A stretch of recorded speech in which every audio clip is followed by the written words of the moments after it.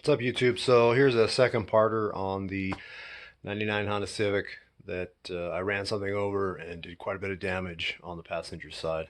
So I decided to go with some fun and buy some eBay parts on it since it's just my daily driver. But it ain't going to be daily for long since it looks like it's a little bit more damage than I originally suspected. It looks like once I was all said and done, I got everything back together. Upper control arm was brand new, so we got those in.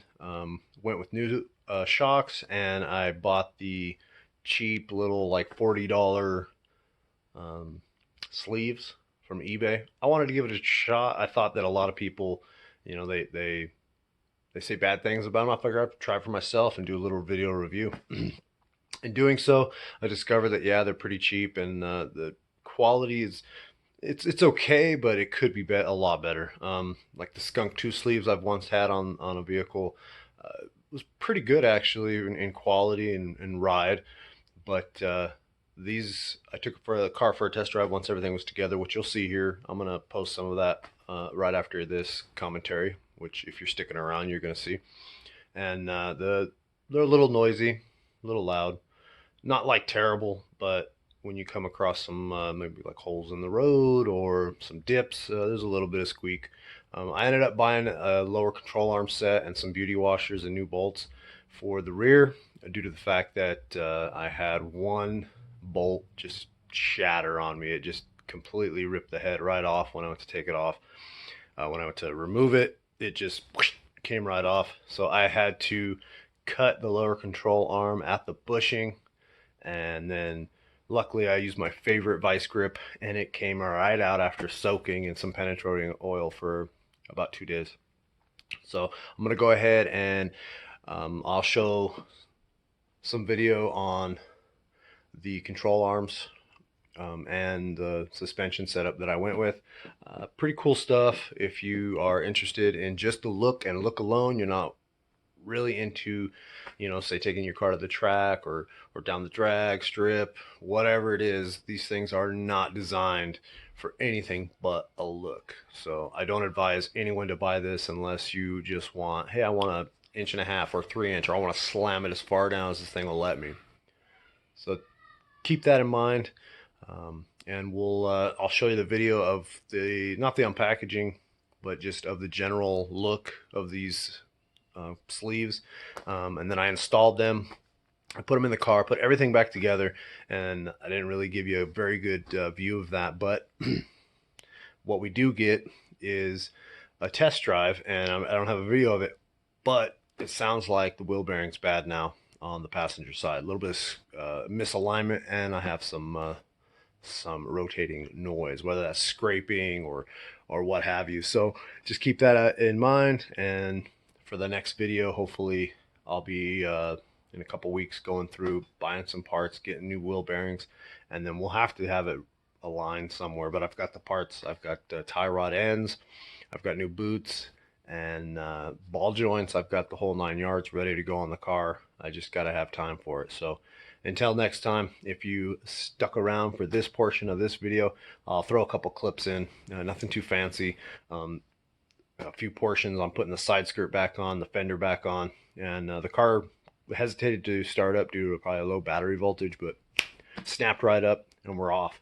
I got it out of the way for the wife to park back in the driveway. Sure, she was happy about that, and that's all I can say about it. As for the other project car that we got right here, I haven't really decided what to do with the ECU, whether I'm going to go Honda or Neptune.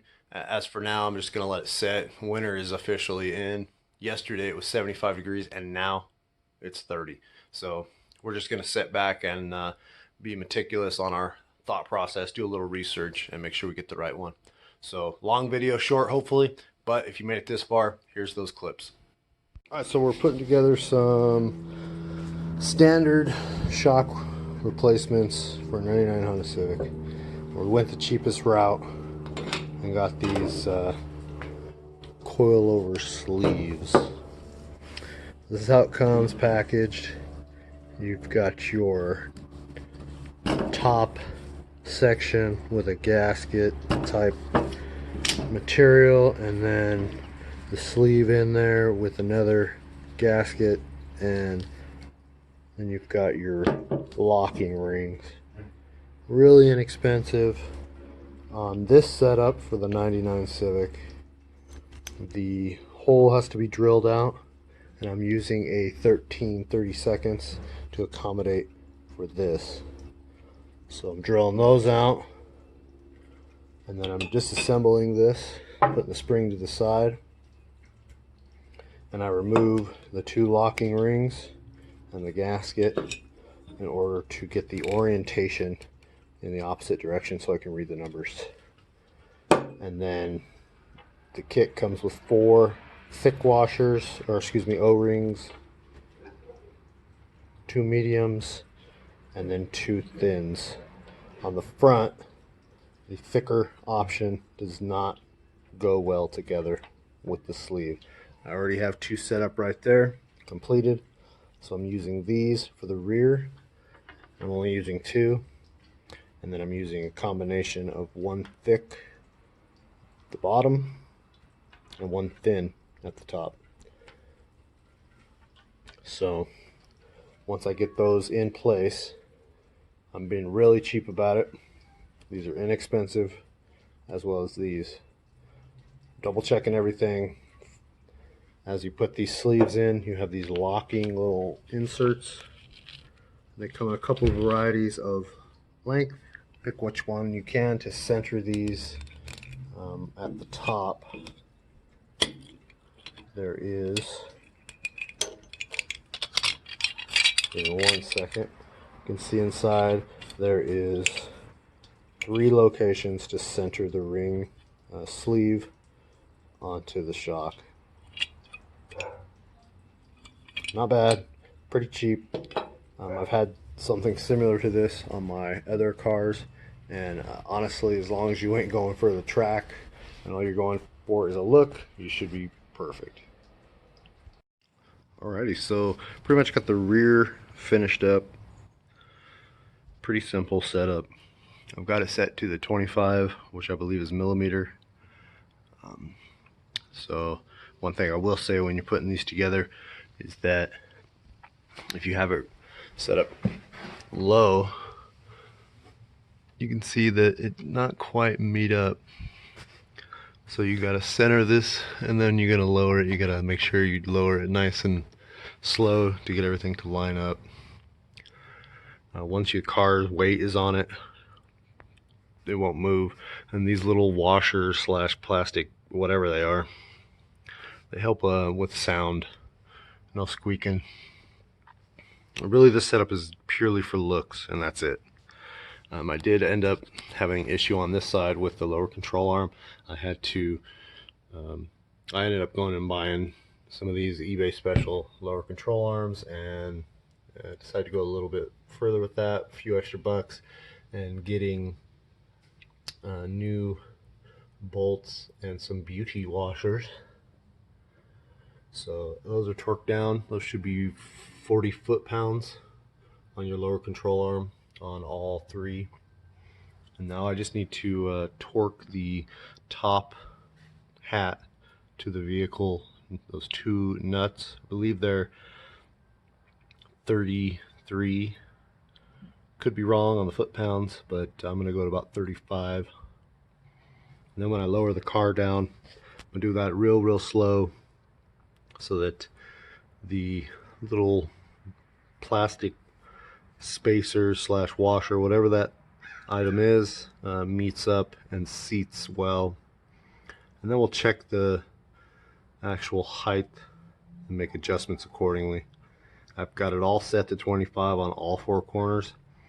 I don't know if that's going to be right, but that's, at least something we can adjust. So the rear is complete. Both sides are finished.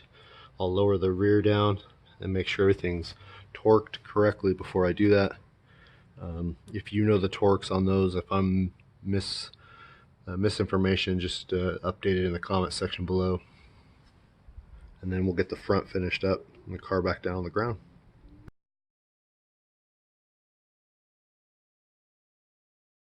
So I got the fender back on, mounted up, got the proper spacing, hopefully no binding on the door. Everything's tightened up for the fender. Went ahead and got my little nylon rivets, retaining clips for the fender splash guard. Next we're going to be putting this side skirt back on. So in order to do that, just go ahead and remove each one of those by rotating it, and it should slide right out. You won't break anything this way.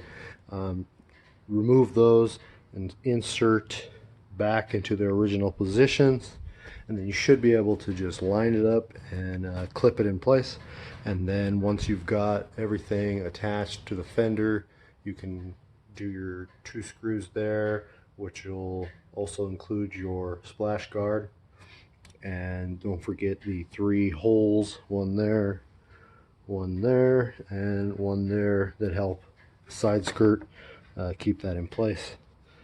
Once I get this done, I haven't touched the tie rod in, but I'll go ahead and get the car back on the ground and battery back in place, and we'll roll it back and forth and see if the suspension, let it settle down. I'd like to check that just to verify everything's good.